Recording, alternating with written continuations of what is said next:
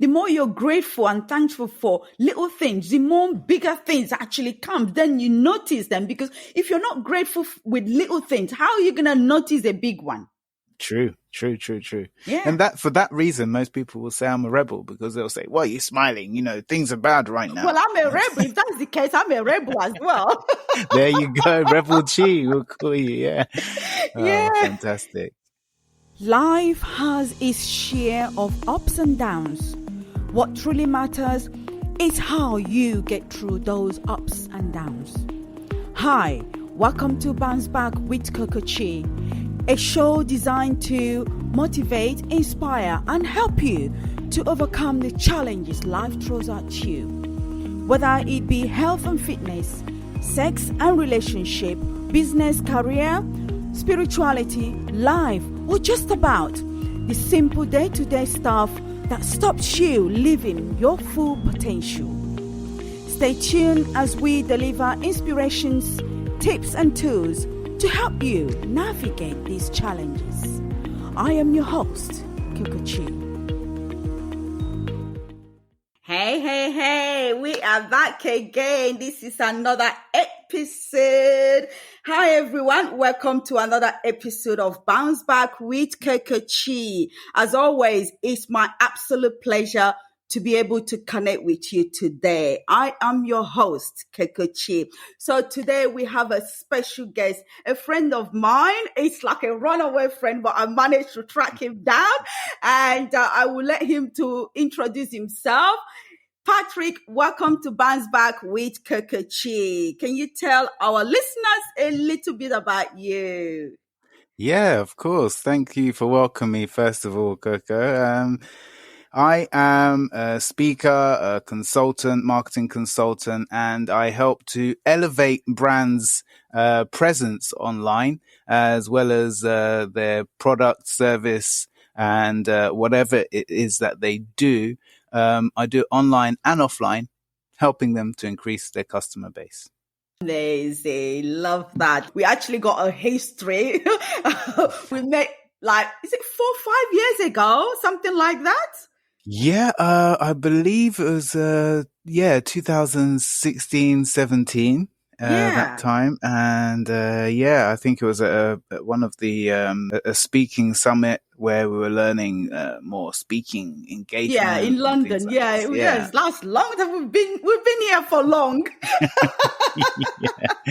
Been about for welcome. some time. Yeah. So, can you tell our listeners, how do you remember your childhood growing up? How was it? Ooh, good question. Yeah, growing up, for me, I'm originally from Africa. Yeah, so you can tell maybe a little bit, but originally from Africa in Zimbabwe, but grew up in London. My parents moved here when I was quite young, and the lovely way that it was blended between the African heritage at home and the experience of the English in the environment around me at creche, primary school, high school, all of that was melded together in a really beautiful way, with my parents taking on the role of giving me a little bit of extra tuition and meeting people and getting lots of experience throughout the church as well. So very sort of good grounding technique of understanding integrity was very key to the component of growing up. And I think alongside that was keeping in touch with my grandparents through letter writing and speaking on the phone regularly, as well as a couple of visits here and there every few years. So I was very fortunate in my growing up, I would say. Amazing. Yeah.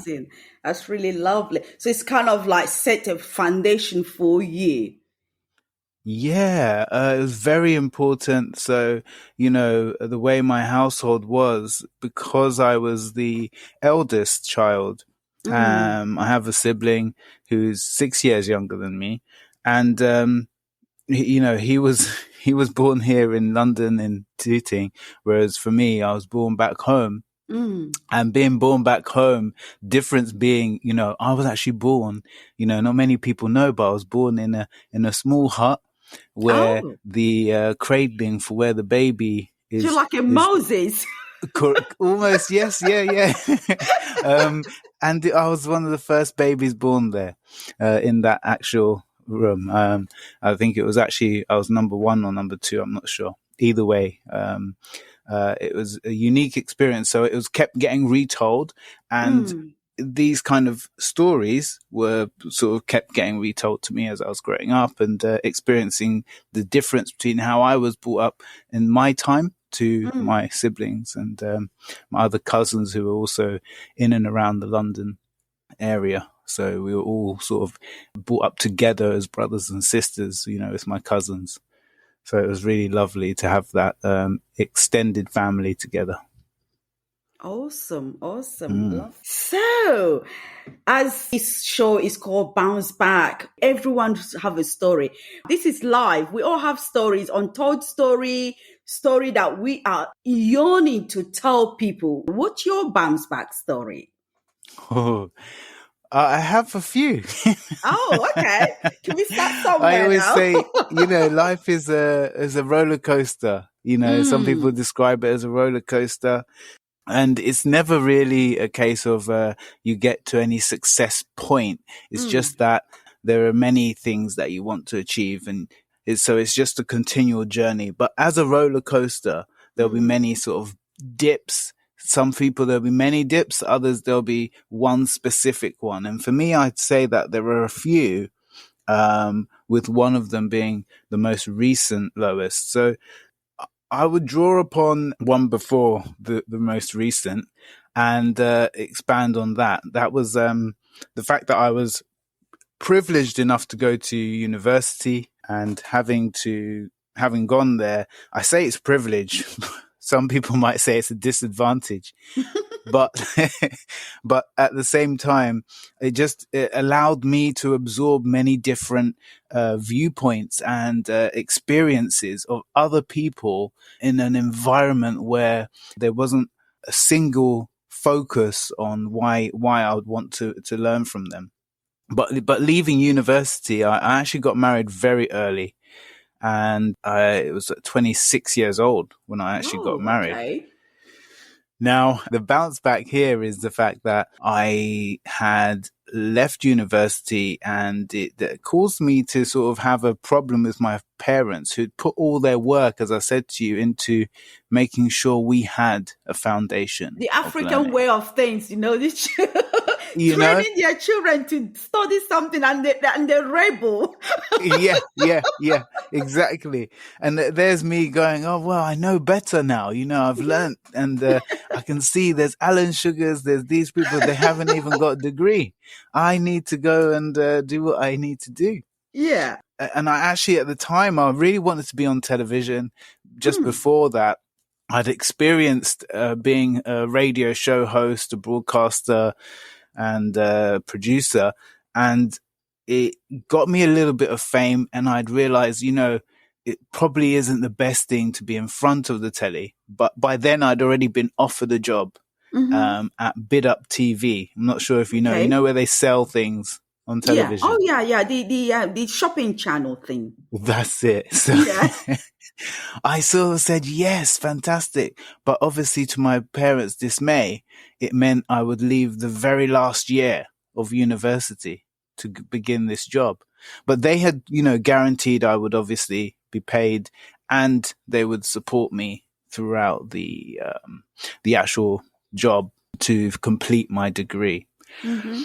Now, obviously, for the silly reason that it was in Bristol, it was far away from where parents were and any other family were, who were all sort of doing different things, medical degrees and, becoming lawyers, solicitors, others who were doing really good stuff, fixed foundational courses. I was going off and saying, I'm going to start this job. Yeah. It's a really good job. And I got married. And again, the marriage was one where I'd gone against the natural grain of who possibly was good for me, that hadn't been vetted by the family. As you do in Um, life anyway, yeah. yeah, but I don't blame them, and this is the point. The point is, I don't blame them because I could have just gone with how would have been more respectable for them, Mm-hmm. and at the same time given them the respect because, of course, it's the least I could have done Yeah. considering they'd given me some very good background in how to Upbring, yeah. grow. Mm-hmm. Yeah. Mm-hmm. So that being said, I didn't take the advice. I got married. She seemed like a very lovely person, someone I'd known for 7 years. And of course, she was very supportive of what I wanted to do, but also at the same time, steering me very gently towards her own Her agendas. own way of things, yeah. Mm-hmm. Yes, yes. And I was very easily steered at that time, primarily because I didn't have the grounding of support from family. Two, I didn't really have a full inkling of what I was going to do. And thirdly, as I say, my goal and expectation had now changed because Yeah. of marriage and Yeah. because we were molding together Mm-hmm. our pathway. And it became, instead of Patrick's way, it became Becoming, our yeah. way and Mm-hmm. our goal. So Yeah. now that was the case, I changed what I wanted to do. We had a few problems with children, having children, and we ended up moving to Wales. And in that move, it meant I Mm. couldn't continue the job that I had. Yeah. So I then couldn't complete the degree that I had through the means that I had been promised. And so again, that led to even more family rift. And at this point with the child, this family, together, the molding of the family was up to me now because Yeah. I now either needed to outreach to them and make sure that I had support for my new wife. Exactly. And at Yeah. the same time, I needed to ensure that, there was safety for everybody, Yeah. so income and security, housing, So all of these things had to be dealt with, and I had to grow up quickly. And I think as men, one thing men will realize is that, I'm not sure, maybe for African men, maybe, but sometimes, that maturity levels, depending on the background, Mm. how late you mature Mm-hmm. really depends on the support you had at home Yeah. and the kind of earliness that you had in getting out of the house to Mm-hmm. experience things. Yeah. So I was very lucky that I'd been taught so many things, from cooking, cleaning, DIY, all of these things, that at Yeah. 26, I was very well experienced. I could, fix That's up really good, because sometimes in an African way of things, they don't actually let the man child do all that cleaning and cooking. It's left for a woman to do. But it's good right. that your parents allow you to actually do that, because if you look back, it does help in your life now, because you're like, it's not a new thing. You're like, oh, I'm used to this, but some people Yeah. suffer because they don't know. Even some people don't know how to boil egg, and they go Yes. hungry. It's very true. That's what I mean. I was very fortunate with my upbringing. So at home, it was very balanced. Mum and dad, I'd spend time with mum in the kitchen. And I Mm, say that not in a rude way, but mum was the cook. Mum yeah, was the one who would make a lot of the food, but dad also cooked too. yeah, And I learned a lot of things from him. And at the same time, I'd spend time with dad under cars, hmm, building sheds, out of brick, yeah. from the ground up. These are things that they don't teach you in the uni, anyways. Life skills. Exactly. Exactly. So by the time I went to university, I'd done all of that, gardening, growing my own vegetables at the allotment with dad and mum, watering them, cleaning the house, ironing clothes, all of Hmm. these things and chores. And these are the things that helped to, I mention them because they helped me in terms of being able to support my family more than just making an income They and ground providing a you. Yeah. roof. Hmm. So this meant that, my wife had that support with the children. And I Yeah. say children because, we had one child together. She had a child already from a previous relationship. And Okay. of course, that meant I had to be mature enough to deal with the changes that happen as a child grows into teenage years and managing that. Again, that came from my martial arts training, where I was actually already a black belt, and I'd been learning how to teach people and to coach them throughout. Self-defense. Right. Yeah. But, the main thing that came from that was discipline, how to be disciplined in terms of making things a priority and doing things at the right time. So all of this went in hand. However, unfortunately, as things got very, very good in terms of my resourcefulness to adapt to the different environment of Wales, the accent and the job, 2008 came. And the weather. You forgot the weather. Well, yeah, the weather. I mean, we were living right up on the hills. We had sheep running past, rain sometimes. And it was fun, to say the least. But it was very different environment to be in, very friendly environment, luckily, because I'd say they're very welcoming where we lived. That being said, it was very good because I built up a new business there doing DIY, decorating, painting. I painted pretty much my whole street there where I lived in King Street. All the houses there were painted by me, just in case. Oh, that's good. Did you put your name on it? Yeah, pretty much. Street. That's right. So, I paint this street. I did, pretty much. They're all very different colors, looking lovely. Yeah, very colorful. And then that led to lots of work. Just when the crisis of the 2008 hit, financial crisis. Oh, yeah. So a lot of people were out of work. And I then had to actually, because I was getting so many individual contracts, I didn't have a way to drive. I hadn't done my driving. Yeah. And I had somebody who then was experienced builder who had a van, and he joined me. And then we got more work and more work. By the end of it, I had contracted work with people that were local to the area that I'd worked with before that no longer did, that at that time had no work. Wow. So money was starting to come in and it was being, very good for us. Yeah. However, then the family pressures began at home. What I mean is, obviously now I wasn't home enough time to cook all the time. And now I wasn't home enough to sort of help with any of the other housekeeping things. Chores, yeah. And I think it just built up a little bit for my partner, who had been through a lot with postnatal issues from, we'd had a stillbirth before we moved, which is the reason we moved. And like I said, there was a lot of things that she hadn't managed to deal with mentally that became a bit of a pressure for her. And all of a sudden, she was not very happy. We moved, and in that move, a lot of things began to become a pressure. Before I knew it, there were lots of red flags that I should have noticed that I missed completely. Start showing up, yeah. Yeah. There was many, many red flags. So communication broke down. There was no more tolerance in our conversations of what was happening. And unfortunately, just at the time where she announced that the biggest gift I was getting, not that my son wasn't already a gift, but the biggest gift, I had a daughter that was, I was told, was my second child with her.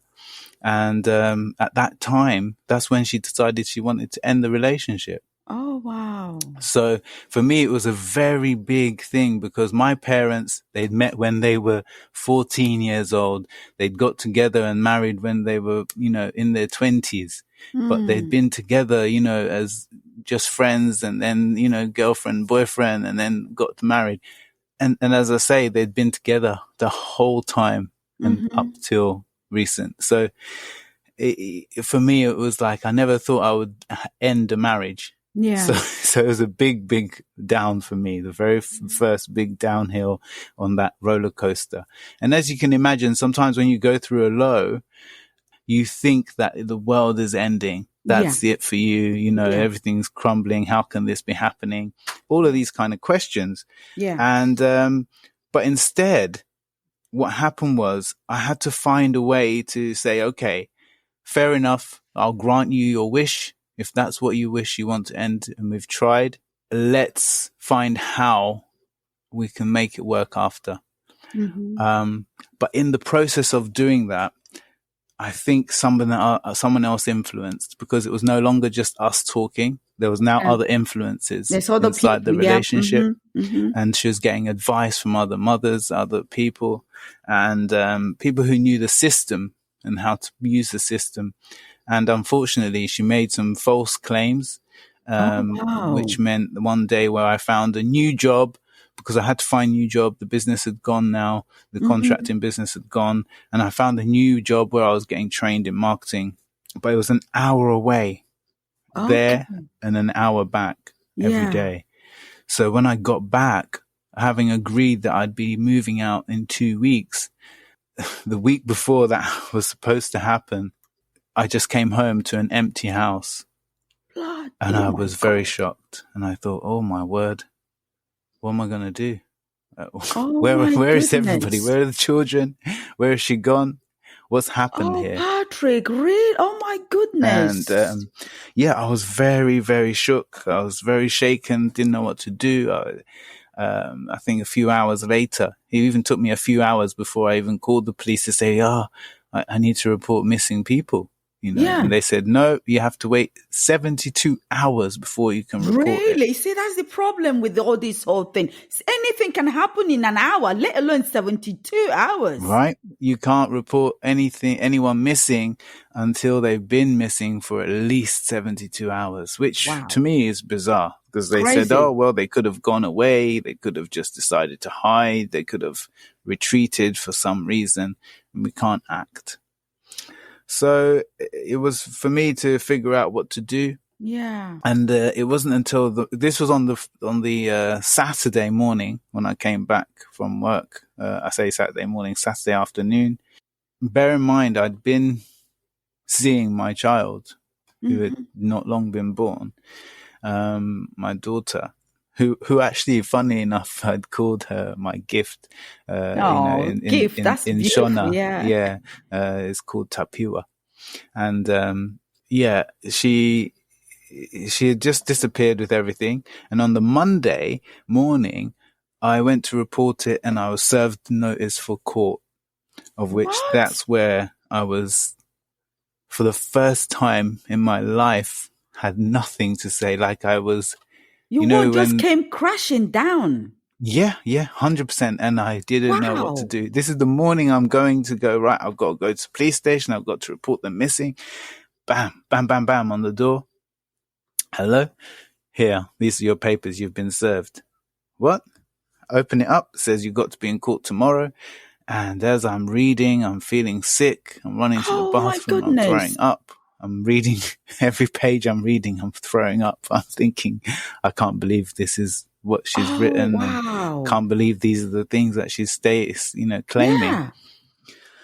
I got a very fortunate way that God works in life, or, people like to call it the universe or the creator. The way that, I've been held in life has been incredible. And, I praise God every day, because I've just always, no matter what has happened, I've always been held by that force that we call God, the Most High. And the universe just works in wonderful ways, because a woman who I knew from university that I messaged on Facebook to say, look, this is my situation. And I didn't message that one person. I actually had messaged a few people saying, look, I'm meant to be going to court tomorrow. Does anybody know how I can get any help? Yeah. And someone reached out to me, happened to be someone from my college that I went to college with, and who now was what? A solicitor in exactly that field. And they said, listen, I work for a charity. We're not even proper solicitors. We're a solicitors firm that works as a charity to help people in your situation. And for free, I'll be happy to help you. Oh, if that's not God, I don't know what it is. And I'm telling you right now, I did not know where to start the conversation, how to, what they call rebut the claims. and to, form any kind of defense to say this is what actually has occurred. Yeah. So this person helped me craft all of that in less than 24 hours, 12 hours. Yeah. Because the very next morning I was due in court, had to go to court, and bam, she helped do everything over the telephone. The judge dismissed everything, but I had to sign an undertaking. Now, an undertaking means I had to sign to say I was no longer going to be in touch for at least 1 year with that person who was writing all these claims. Now, not in touch with the children as well, or just I did not realize. Like I said, I was catatonic is the word. Like I could not speak. I was in shock, real severe shock. I couldn't speak. I was just looking at everything like, is this a dream? Or a nightmare even, because I couldn't believe what was occurring. It was then that I learned that actually these kind of things were happening quite a lot in the family court. It does, it does.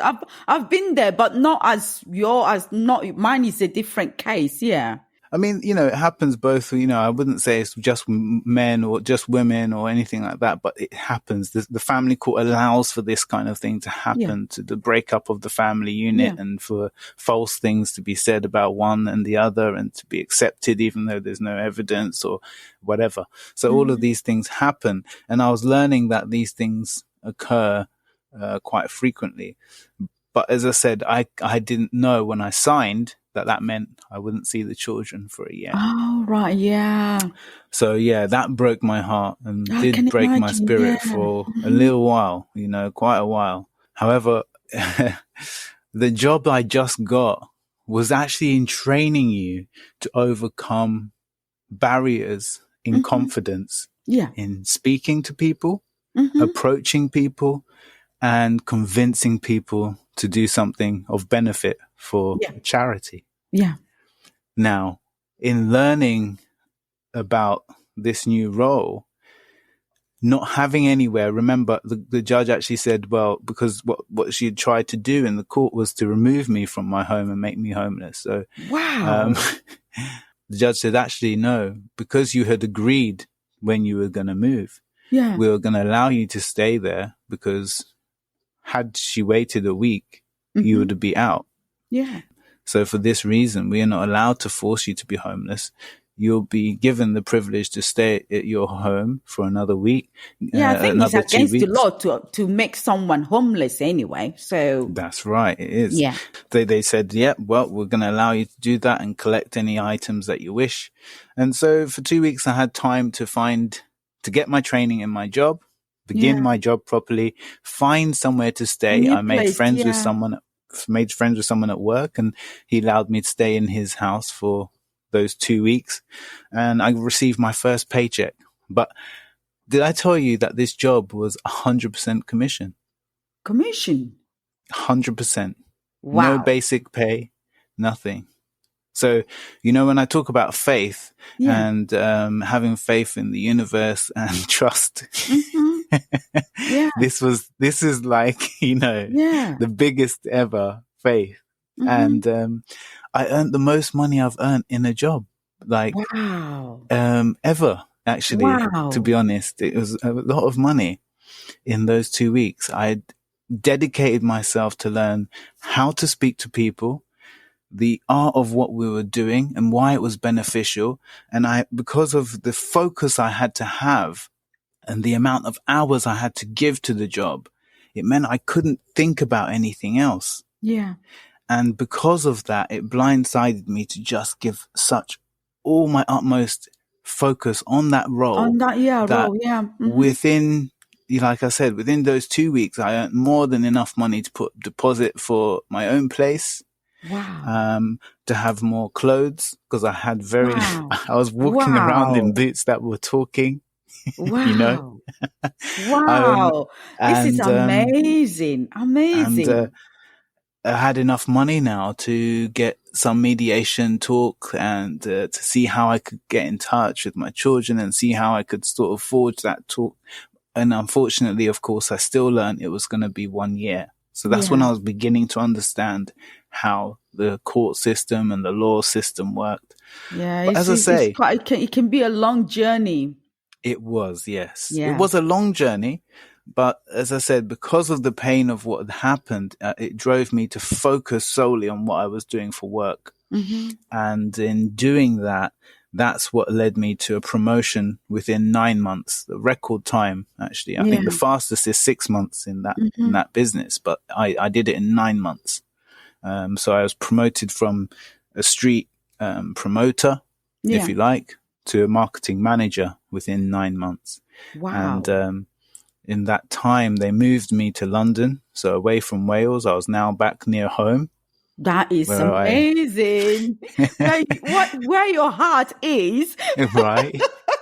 And so now I was closer to mum and dad. I was talking to them even more. They were more in communication. Everything was back to sort of almost normal. The only thing missing were my children from my life. And I thought the only way I could do this was by starting a business. Mm-hmm. And lo and behold, 2010, at the end of that year, I'd spent 6 months learning that actually the way that I could help the company I was working for was to find better ways to promote that company through the media. So through news adverts, newspaper adverts and radio. And it was through that I discovered that a new company called Facebook had started to offer advertising. Yeah. And I learned everything about that, social media, and boom, 2011, in June the 9th, I launched Global Executive Marketing, which is now GEM, the agency. Yeah. And that was my answer, because the money from that was what would provide me the ability to travel to Wales, see my children when I could, communicate, and provide any subsistence that was necessary for them. And so that was my bounce back. And I've not really looked back, if I can say. That is amazing. Seriously, a beautiful bounce back story. Seriously, that was amazing. So, you share this beautiful, inspirational story. How is it now? I'm sure everything is kind of settled now. So like I said, life is a roller coaster. I want to hear when everything is all nice and settled. You're now amicably with your family, just like. Oh, so many things happened. We probably have to do another show. Okay, things were okay. For a little time, I was in touch with my children. Everything was fantastic, and things went well. It led to, some success in my business. I got some recognition in that what I was doing. I think I was just about to launch one of my books when I met the CEO of Coca-Cola through that, and went to a tableside show.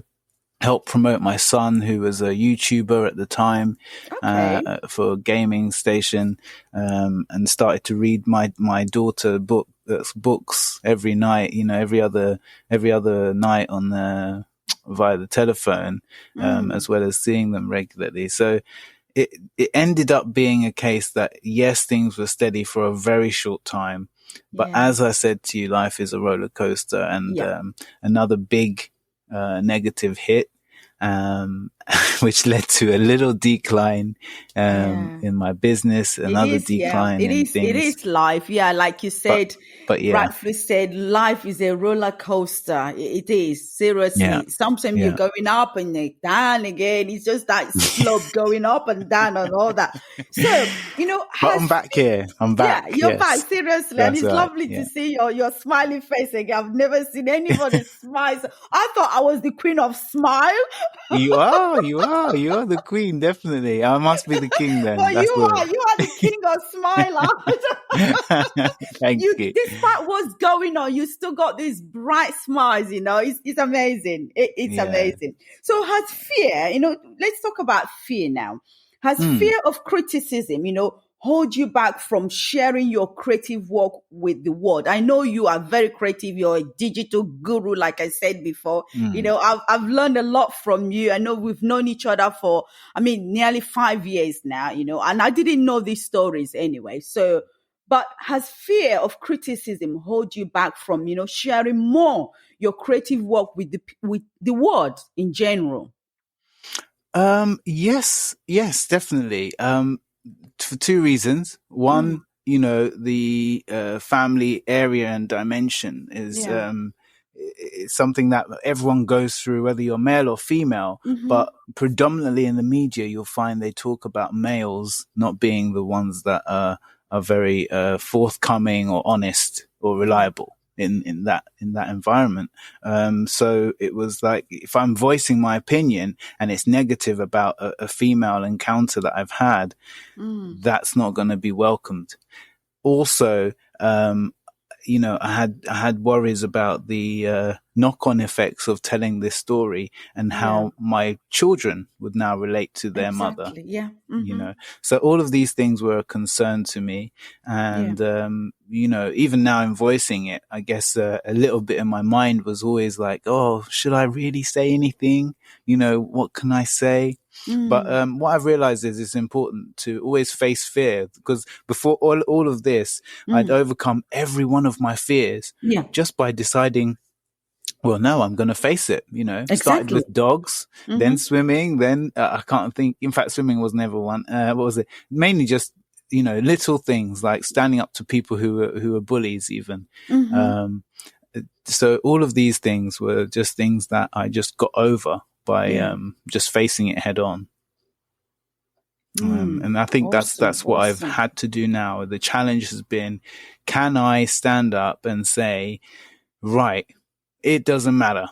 Yeah. And in fact, that's one of the ethos of another book I'm writing right now. Okay. I don't know if Tell I us should a give little that. bit about that book.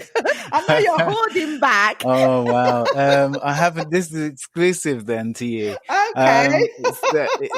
It's something I haven't released yet, because it's not anything to do with marketing at all. It's simply to help people who have been through a difficult time, how I've overcome that. So this story I've just told you is in another book called Regrow, which is promoting another product that I've come out with. But the book I'm talking about now is my philosophy that I have. And that is about forgetting, undercurrents of former events in your life, and then moving on, adopting the new philosophy in your mind. So by overwriting that, I find that the only way you can overwrite any kind of negative that's happened is by saying, you cannot change it. It's yesterday's things. You can't hold on to what was in the time of yesterday. You have to let go of it, and you have to turn to today, and you have to start focusing on what's happening in today. So, the here and now. Yeah. Yes. This is the only time you have, is this moment right now that I'm speaking to you. And so what am I going to be able to do in this moment that will provide a new outlook that I would like for the future, that I can envision, that I would be happy with, that would makes my heart beat, that makes me smile. What are those things that I could do now to get to that feeling happy and a big smile on my face? And I think if you look from the future backwards and see the small steps you can take towards that, it's a lot easier to overcome that fear. Absolutely. Absolutely. That's amazing. So, building confidence after setbacks, we all go through challenges in life. So what are the practical ways you have used to navigate the life challenges and still keep going despite the circumstances? Yes. A lot of people ask me that question. How comes you're still smiling? Or, exactly. Sometimes I'll be smiling when I've been asked, oh, what's happened? Where are your children? When it was difficult for me at that time. And I'd smile and I'd say, oh, well, they're not with me right now. Yeah. But what it was a trust in the faith that if my life, I'm still able to find somebody who would see in me good qualities, Yeah. offer me a good opportunity, somewhere to live, and an income stream, I have to trust that if that can happen to me, if there are people that are able to also get from being on the street to being in a house Yeah. and living okay, I must trust also that the universe, God, the creator, the most high, is also looking after my children because, of Yeah. course, they are also a part of this environment that we come from, where we come from originally. Yeah. We're not of this plane. And so, where people think that they are just human bodies walking around, we're more than that. Yeah. And as such, as the force that creates and is the vibrant force of everything that has life in it, you have to think there's a real big purpose behind everything in your Exactly. life, and Absolutely. the same goes for your offspring. Yeah. And so I have to trust that was the case for them. And so all it is a case of believing, because of what I'd grown up with as well, that force is also dynamic enough to be there for them, and to trust that. Oh, that's awesome. Yeah. Amazing, amazing. So I saw something you posted online. It says, quote, in a society that has you counting money, pounds, calories, and steps, be a rebel and count your blessings instead. I so much 100%. love that. I resonate with that. So, 100%. are you a rebel? What are you grateful for? What are you grateful for? So, yeah, people say that, you'll find people who are religious, Yeah. and you'll find people who are not religious. And both of them, there'll always be some of those people in both camps who will only ever be happy and in worship or in praise of life when things are good. Yeah. But I actually say, sometimes in the midst of some of your deepest, darkest things that happen to you, there is a little bit of a blessing, because when you actually turn the other side and you look back to what happened to where you are now, where you're in that place where you're happy and at peace,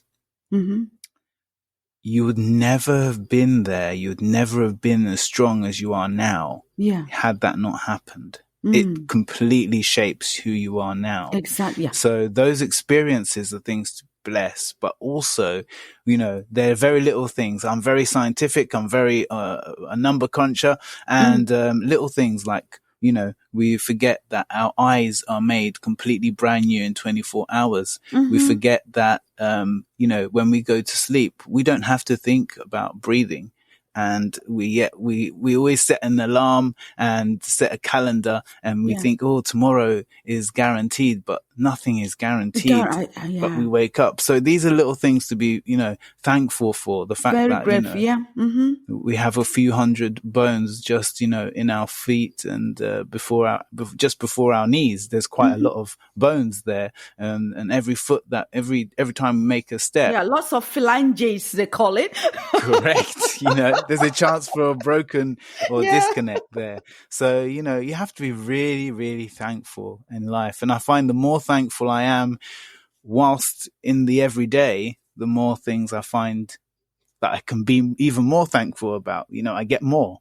From that. It's like the more you're grateful and thankful for little things, the more bigger things actually come. Then you notice them, because if you're not grateful with little things, how are you going to notice a big one? True. Yeah. And for that reason, most people will say I'm a rebel, because they'll say, well, you're smiling, things are bad right now. Well, I'm a rebel. If that's the case, I'm a rebel as well. There you go. Rebel Chi, we'll call you. Yeah. Yeah. Oh, fantastic. Oh, that's amazing. Before I let you go, any last word, any motivation, inspiration for our listeners? Oh, any inspiration? I'm everyone says, oh, you're in marketing, what's so good about it? It's not got something with integrity and all this. And I say, well, actually, I started it with integrity. And I think everything in life, really, if you are honest and truthful with yourself and with others, yeah, you're always going to be able to really be able to deal with what's to come. Yeah. And be able to go through in life much more easier. And I say that really, as much as I always help with businesses, I think marketing itself it's ingrained in all of us. We need to always remember that how we dress decides how we feel and how others see us. Yeah. So the encounters we have, but also how we dress our mind. So what I mean by that is the thoughts that you think about yourself and what you project outside. So if you think yourself as good, great, happy, smiley, you will find that others will think the same. And so it's all a bit of a game and mental, a mind game. Yeah. Mm-hmm. Yeah. So that's what I'd say is, just always be, mindful that, what you feed your mind, your ears, all your senses, is also what you're feeding yourself to think about yourself. And it's very important what you're projecting outside to the outside world. So that's my little bit of advice. Think what you feed your brain and your mind and what you project out there. Absolutely. I love that. Love that. Thank you so much, Patrick, for coming on board and sharing your beautiful story of bounce back. You are like transforming a setback into a comeback. Thank you so much. I know you got a lot of things on your to-do list. I'll let you go now. Thank you. Take care and speak to you soon. Bye. Bye-bye. Thank you for listening to Bounce Back with Coco-Chi. If you find value in this podcast, would appreciate a rating on iTunes. Please check us out on Instagram at Lifestyle Talk with Coco-Chi. As always, please subscribe to the podcast to catch every new episode and leave us a review so we can continue to bring you fresh content. See you next time for another episode.